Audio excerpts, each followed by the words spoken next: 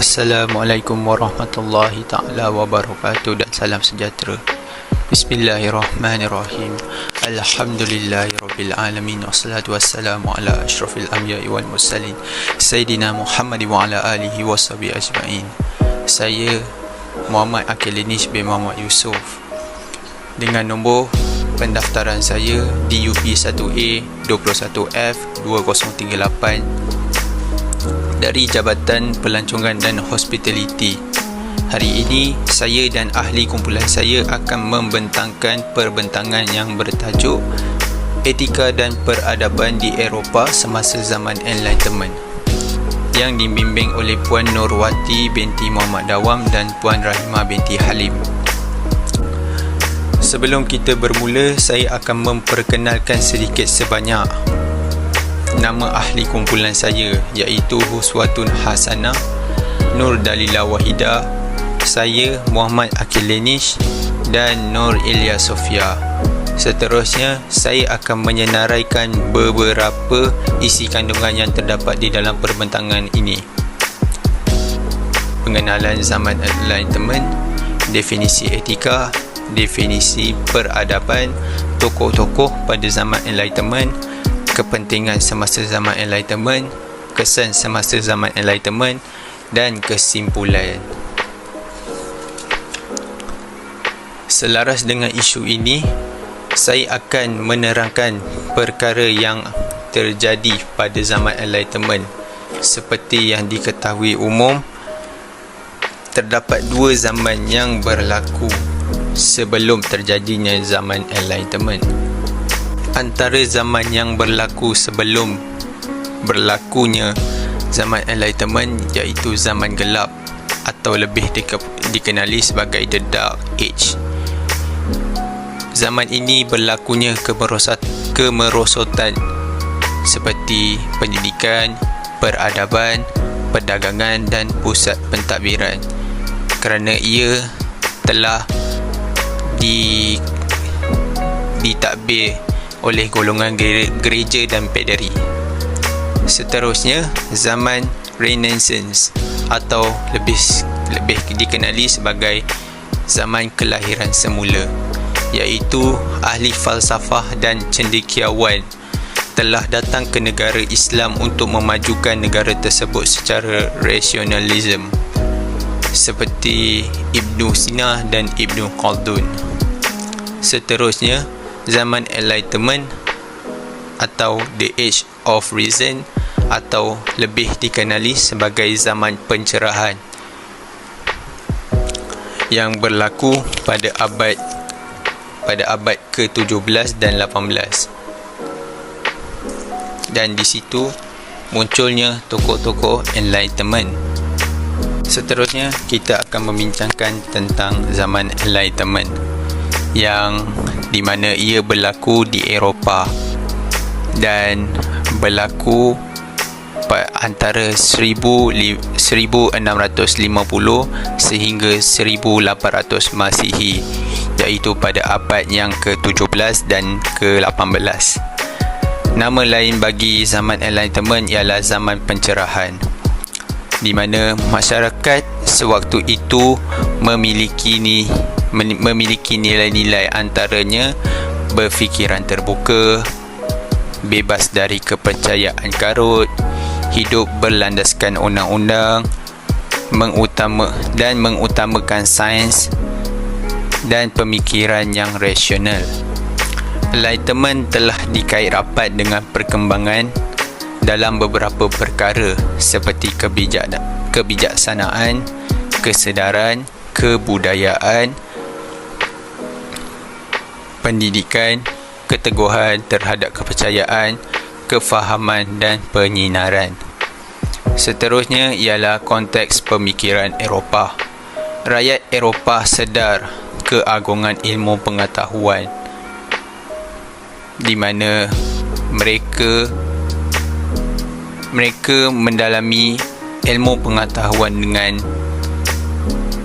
dengan cepat, dan mereka meninggalkan dan memperbarui pemikiran tradisi lama, seperti membebaskan fikiran manusia tentang mitos, fantasi dan kepercayaan karut termasuk agama. Zaman ini telah melahirkan golongan yang hebat dalam kemampuan berfikir. Contohnya, golongan tersebut sedar bahawa manusia mampu mengubah dunia, sejarah dan masyarakat dengan pemikirannya. Pemikiran rasionalisme dan empirisme berkembang pesat. Sebagai contoh, kaedah saintifik dalam mengukur fenomena alam. Selain itu, pengetahuan boleh didapati daripada pengalaman eksperimen dan pemerhatian. Sekali kita akan membincangkan tentang kesimpulan, iaitu zaman pencerahan ini telah membawa pelbagai idea yang baharu, membantu para intelektual barat untuk menyedarkan masyarakat supaya celik minda dan akal. Selain itu, zaman ini juga telah membuktikan bahawa masyarakat dapat berfikiran secara terbuka, bertolak ansur dan menekankan kebahagiaan individu. Seterusnya, golongan intelektual yang medium utama bagi membentuk masyarakat yang lebih proaktif dan maju dengan kesedaran yang telah diberikan oleh gerakan pencerahan. Dan akhir sekali, idea-idea baru telah yang banyak timbul di dalam golongan intelektual barat ini dapat merubah corak pemikiran masyarakat setempat. Antaranya adalah rasionalisme, sekularisme, empirisme dan liberalisme. Sekian, itu saja daripada saya, dan seterusnya saya akan memberikan tugas kepada ahli kumpulan saya untuk menerangkan tentang definisi etika. Sekian, terima kasih. Assalamualaikum warahmatullahi wabarakatuh. Nama saya Muslim Hasanah binti Badudin, Matriks 17 Juli 2020. Saya akan membentangkan tajuk definisi peradaban. Sebelum kita pergi kepada bahasa peradaban dalam pelbagai bahasa, saya akan menceritakan sedikit mengenai pengenalan definisi peradaban, iaitu peradaban mempunyai bahasa dan tafsiran yang tersendiri dari pelbagai dunia dan sahaja ejaan dan sebutan yang berbeza. Makna dan konsep peradaban turut membezakan antara satu bahasa dengan bahasa yang lain. Contohnya, dalam bahasa Jerman membawa maksud peradaban, manakala dalam istilah culture bahasa Inggeris merujuk kepada kebudayaan, ini menunjukkan bahawa setiap bahasa mempunyai perspektif tersendiri terhadap istilah peradaban. Definisi peradaban dalam bahasa Inggeris dari segi istilah ialah civilizations, yang bermaksud secara meluas digunakan bagi merujuk kepada istilah peradaban atau tamadun. Perkataan lain iaitu bahasa Latin adalah civitas yang bermaksud city ataupun bandar.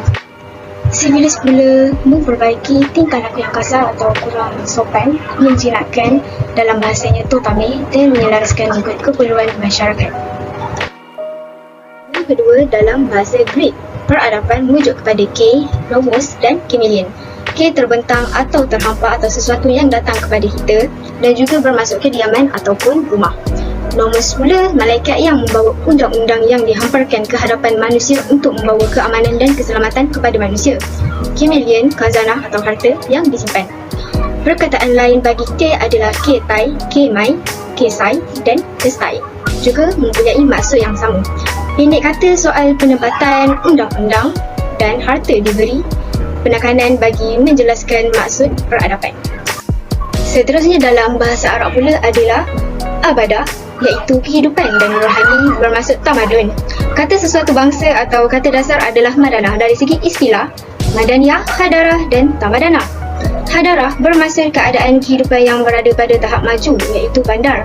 Hadarah ini dapat difahamkan bahawa apa yang kita namakan tamadun itu adalah berasal daripada bandar. Contohnya, bandar merupakan tempat yang sesuai untuk melahirkan kemajuan disebabkan di situ terdapat pelbagai benda dan kemudahan yang boleh menjadi asas kepada kelahiran dan peningkatan tamadun. Bandar juga tertumpu kepada unsur-unsur yang bercorak perdagangan, kemajuan teknologi dan pengkhususan pekerjaan. Seterusnya adalah badawah yang bererti mundur, madani, membawa erti pembangunan perbandaran serta kehalusan budi pekerti yang terpuji. Madana, perbuatan membuka bandar atau kota serta perbuatan memperhalus budi pekerti. Seterusnya dalam bahasa Cina iaitu Wenning bererti cerah, terang atau bercahaya yang merujuk kepada peradaban. Wen merujuk kepada keindahan, kelembutan, keelokan dan budi pekerti. Manakala Ning, cahaya atau kecerahan. Bahasa Cina memberi penekanan kepada unsur-unsur yang baik, menghormati amalan tradisi dan bertindak secara tradisional. Akhir sekali, peradaban dalam bahasa Tamil dari segi istilah nakar ikam. Ikam iaitu erti pembentukan, nakar, kota atau bandar. Maksud nakar juga merupakan simbol tentang penjelmaan Tuhan Siva, iaitu Tuhan yang menciptakan bandar. Selesai kita mengenai pengenalan definisi peradaban. Seterusnya saya akan membentangkan tajuk tokoh-tokoh semasa zaman Enlightenment. Terdapat 4 tokoh semasa zaman Enlightenment. Yang pertama adalah John Locke dari tahun 1632 sehingga 1704. Seterusnya adalah Baron de Montesquieu 1689-1755. Ketiga Voltaire iaitu 1694 sehingga 1778. Terakhir sekali adalah Jean-Jacques Rousseau start dari tahun 1712 hingga 1778. Tokoh pertama yang saya akan perkenalkan ialah Voltaire. Voltaire atau lebih dikenali sebagai François Henri Héroult, seorang penulis Des adalah bermaksud Tuhan dan ahli falsafah semasa zaman kesedaran Perancis. Voltaire lahir pada tahun 1694 dan meninggal dunia pada tahun 1778 sewaktu beliau berumur 44 tahun. Voltaire juga merupakan keluarga berketurunan Bourgeois.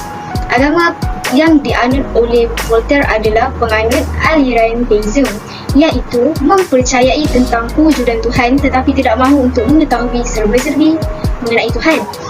Ini kerana beliau menganggap bahawa Tuhan juga tidak ingin tahu mengenai tentang manusia.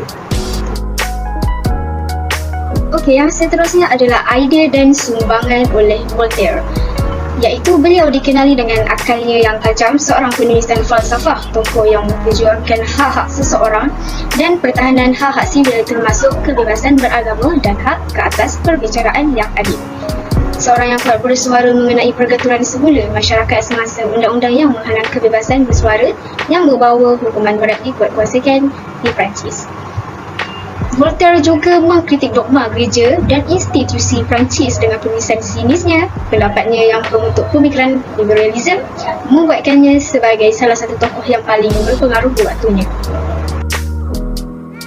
Idea dan sumbangan dari segi karya, Voltaire berminat dengan kebebasan berfikir seperti Montesquieu.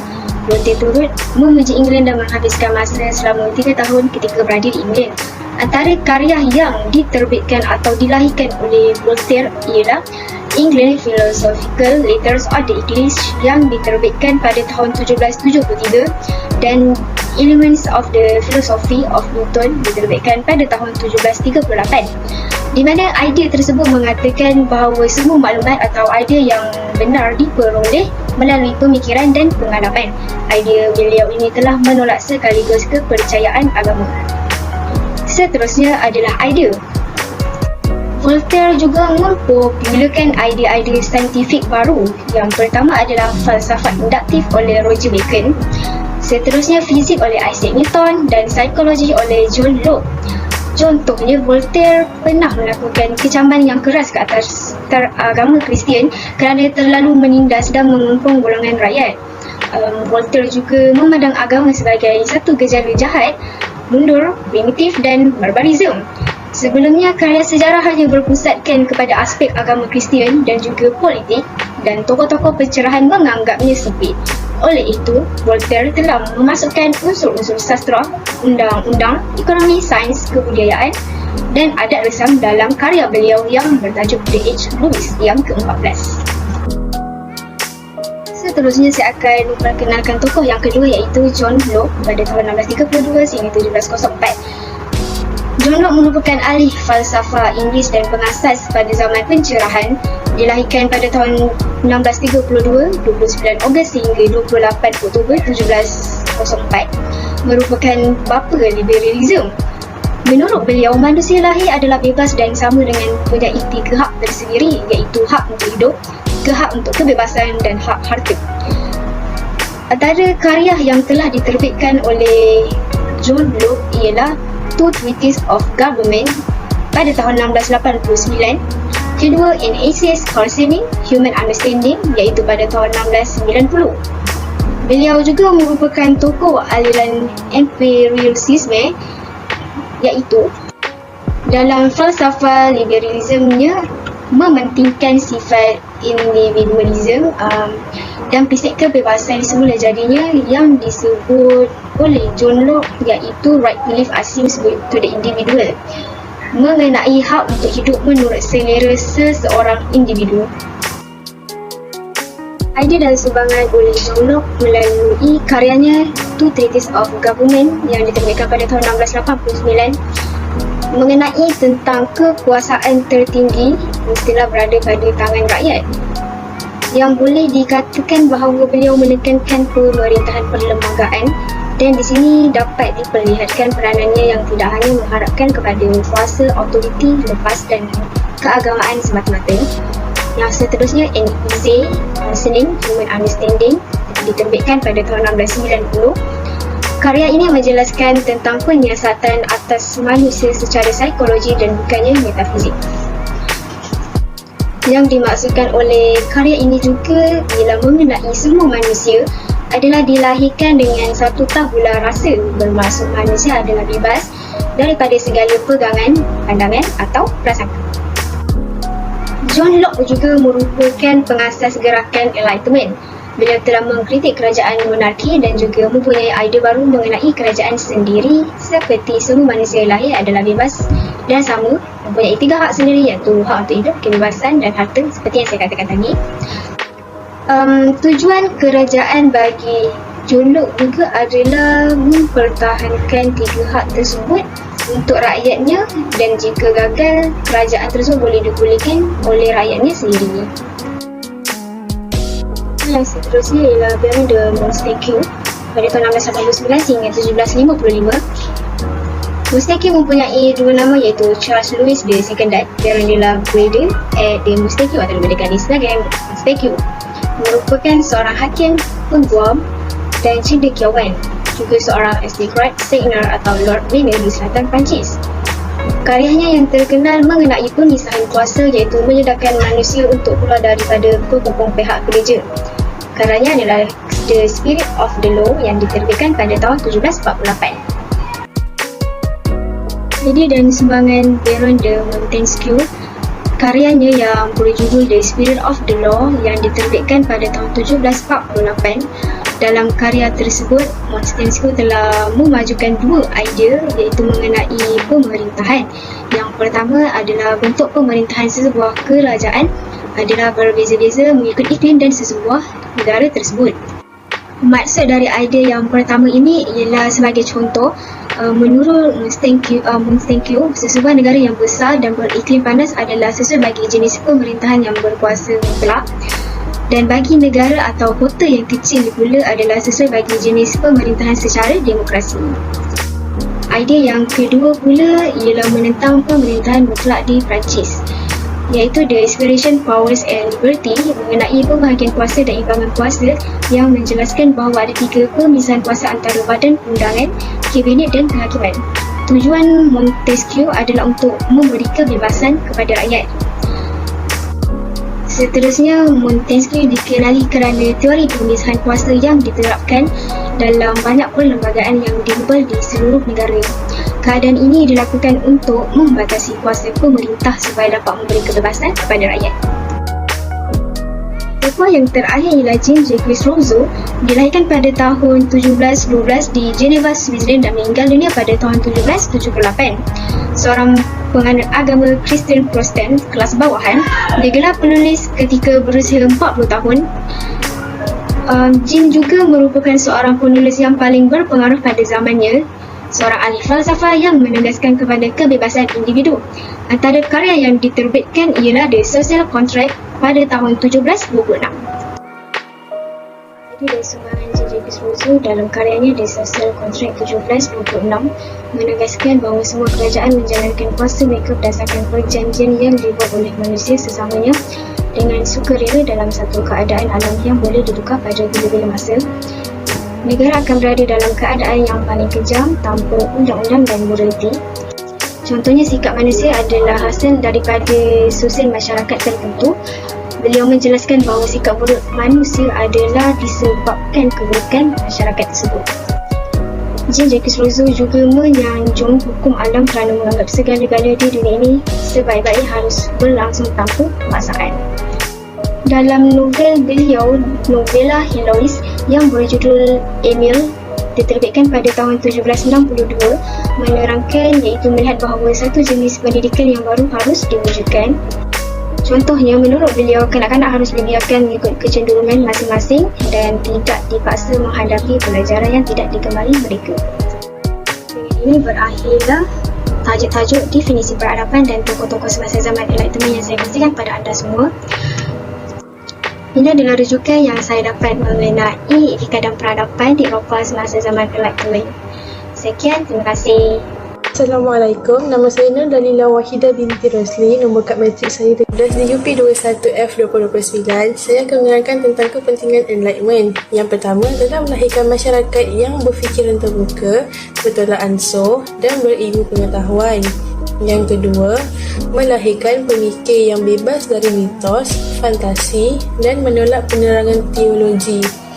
Yang dimaksudkan dengan teologi adalah kajian sistematik tentang sifat ketuhanan dan secara lebih luas kepercayaan agama. Yang ketiga, menyedarkan sekaligus menonjolkan peranan yang seharusnya dilakukan oleh para intelektual barat dalam menangani masalah negara dan masyarakat yang mundur. Yang keempat, kemunculan ahli falsafah menyebabkan masyarakat mula berfikiran terbuka dan menyebabkan masyarakat berfikiran maju dan ke depan. Terdapat idea baru yang dipakai bahkan hingga sekarang. Contohnya, seperti Isaac Newton yang dapat menjumpai tentang kewujudan graviti di muka bumi. Yang enam, menyedarkan masyarakat supaya tidak minda dan akal. 7. Masyarakat dapat mempertahankan hak masing-masing. Kepentingan dari segi ekonomi. Ahli falsafah telah memperkenalkan kaedah tanaman pertanian maju dan menjaga binatang ternakan dengan baik. Melahirkan masyarakat tani yang bebas maju dan dinami. Daripada segi sosial, menghentikan sistem penghambaan dan mendorong kesamarataan. Melahirkan masyarakat yang mementingkan sifat individualisme. Melahirkan golongan yang menggunakan keupayaan berfikir untuk membezakan yang mana baik ataupun buruk. Daripada segi politik, kepentingan enlightenmentism yang merujuk kepada pemerintah oleh satu kuasa sahaja. Yang kedua, enlightenment despotism atau dikenali sebagai enlightenment absolution yang menyatakan kuasa pemerintah adalah sepenuhnya diperintah oleh monarki dan digalakkan kebebasan agama dan bercakap. Nombor 3, yang mengikuti pemerintahan secara enlightenment absolution adalah Frederick the Great dari Prussia. Melaksanakan dasar pemusatan kerajaan dengan menghapuskan keistimewaan perlembagaan oleh setiap daerah melalui estate, quarters dan lain-lain. Yang terakhir, zaman Enlightenment telah membina jentera pentadbir sebuah negara moden yang boleh berfungsi tanpa campur tangan raja.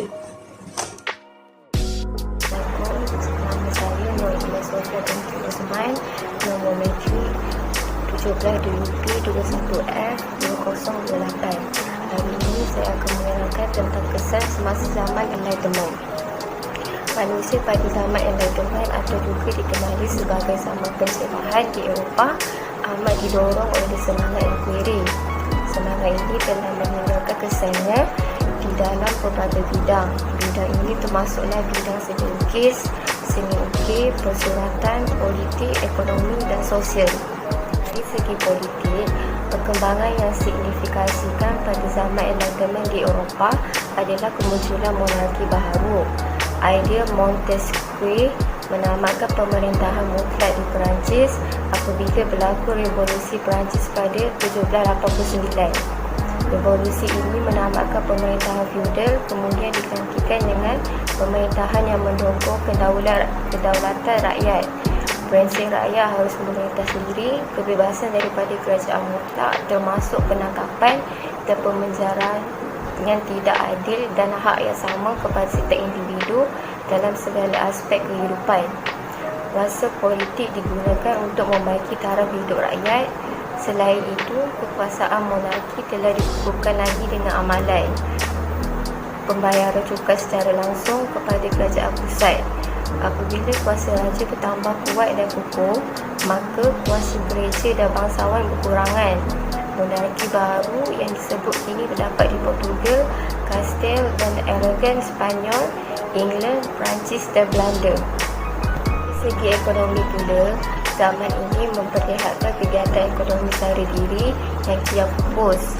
Sistem perdagangan tempatan dan antarabangsa menjadi semakin berkembang dan meluas. Pemansuhan monopoli ini membuka banyak peluang perdagangan yang sama kepada pedagang persendirian dan pedagang yang lain di kedua-dua buah negara ini. Hal ini kemudian menimbulkan kegiatan penjelajahan dan penerokaan yang berkembang seiring dengan kemajuan dalam bidang matematik, geografi, kartografi iaitu teknik melukis peta dan astronomi. Dalam hal ini juga, semangat Renaissance menekankan ciri-ciri inkuari, keobjektifan dan eksperimen jelas bertanggungjawab merintis jalan kepada pembangunan dan perkembangan dalam pelbagai ilmu sains seperti biologi, fizik, kimia dan perubatan. Dari sudut sosial pula, zaman ini telah menampakkan unsur-unsur perubahan dalam pemikiran dan gaya hidup manusia. Manusia pada zaman itu lebih bersedia menzahiran emosi mereka. Berzahirah emosi atau perasaan ini telah dicerminkan di dalam bentuk muzik, lukisan dan ukiran yang dihasilkan. Dari segi psikologi pula, unsur begini berjaya memupuk dan melahirkan budaya yang menyuburkan keyakinan diri. Satu lagi kesan sosial yang penting ialah perubahan sikap masyarakat terhadap pendidikan yang menekankan pemikiran logik, saintifik, falsafah dan metafizik. Pendidikan baru ini juga menekankan tanggungjawab sosial terhadap individu di dalam masyarakat. Dengan itu, zaman Enlightenment atau zaman Renaissance melahirkan masyarakat yang mempergunakan sepenuhnya keupayaan minda mereka dalam pelbagai bidang ilmu, pengetahuan bagi memajukan kehidupan masyarakat yang akan datang. Kesimpulannya, pemikiran lahir pada zaman pencerahan telah mengemukakan banyak idea baru yang telah membantu dalam perubahan dalam bentuk politik, ekonomi dan sosial negara-negara Eropah Barat pada abad ke-19 dan 20 Masihi. Kesan dari segi politik ialah kerajaan memberikan keutamaan kepada reformasi politik dan pentadbiran ekonomi, amalan dasar perdagangan bebas dan sosial, negara yang mengutamakan hak asasi dan kebajikan masyarakat. Pengajaran yang dapat kita raih daripada perbincangan kesan semasa zaman Enlightenment adalah kita harus mempunyai sifat inquiry dan berani untuk menemukan perkara dan bidang baharu untuk mencapai kejayaan dalam kehidupan, tidak kira masa kini atau pada masa hadapan. Sekian, terima kasih. Okey, seterusnya itu saja daripada kumpulan saya, and terima kasih kepada korang semua yang sanggup mendengar dan sanggup melihat video kami di laman YouTube. Tak lupa juga dengan dua pensyarah kami iaitu Puan Nurwati binti Muhammad Dawam dan Puan Rahimah binti Halim. Dan tak lupa juga dengan ahli kumpulan saya iaitu Huswatun Hasanah, Nur Dalila dan Nur Ilyas Sofia. Segalanya kami mengucapkan terima kasih, dan saya juga ingin mengucapkan terima kasih kepada ahli kumpulan saya yang telah memberikan kerjasama yang sangat-sangat hebat dan melakukan kerja ini dengan lebih teratur. So itu saja daripada kami. Semoga kita akan berjumpa di masa yang akan datang. So wabillahi taufiq wal hidayah. Wassalamualaikum warahmatullahi taala wabarakatuh. Dan salam sejahtera, salam satu Malaysia. So bye guys.